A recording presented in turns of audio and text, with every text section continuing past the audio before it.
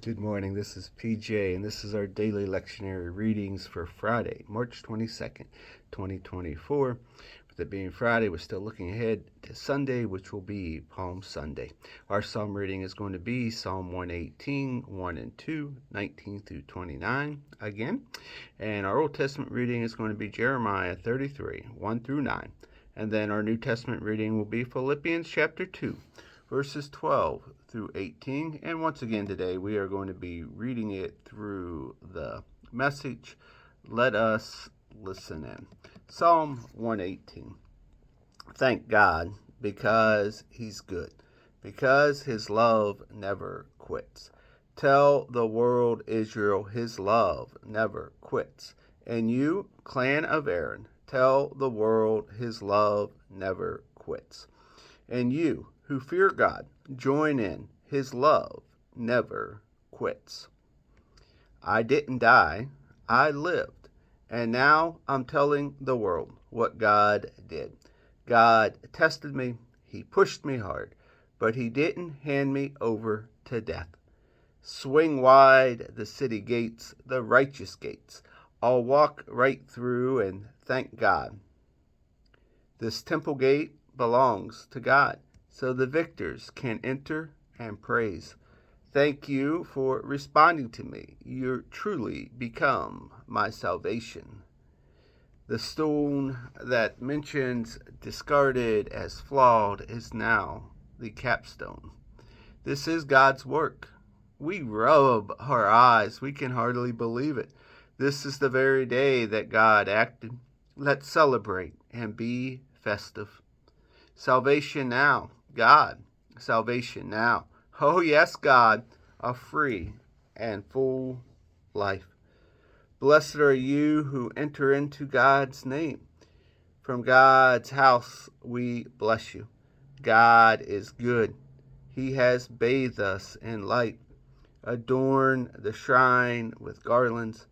Hang colored banners above the altar. You're my God, and I thank you.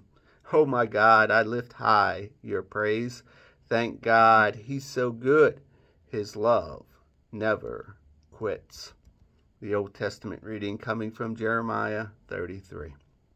While Jeremiah still looked up in jail, a second message from God was given to him. This is God's message. The God who made earth, made it livable and lasting, known everywhere as God.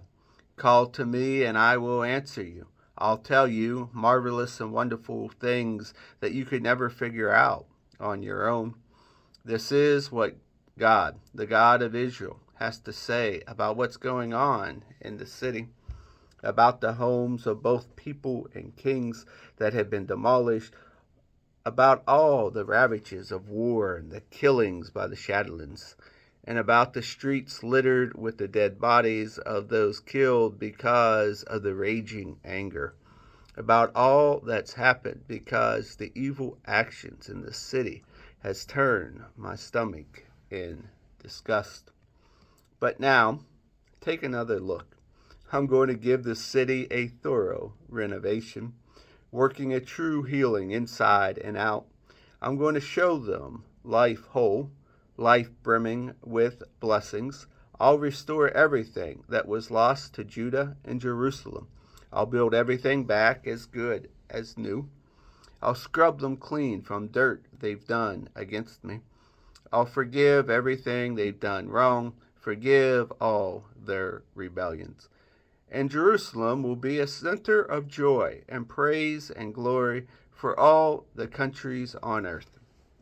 They'll get reports on all the good that I'm doing for her, and there'll be an awe of blessings I am pouring out on her.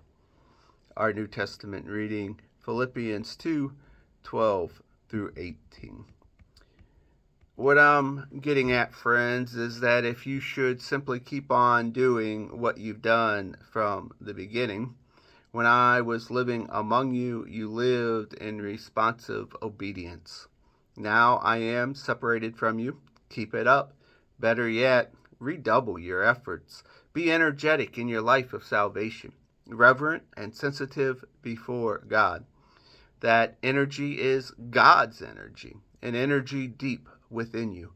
God himself willing and working at what will give him the most pleasure. Do everything readily and cheerfully. No bickering, no second guessing allowed. Go out into the world, uncorrupted, a breath of fresh air in this squalid and polluted society. Provide people with a glimpse of good living and of the living God. Carry the light giving message into the night, so I have a good cause to be proud of you on the day that Christ returns. You'll be living proof that I didn't go all this work for nothing. Even if I am executed here and now, I'll rejoice in being an element in the offering of your faith that you make on Christ's altar, a part of your rejoicing. But turnabout's fair play. You must join me in rejoicing.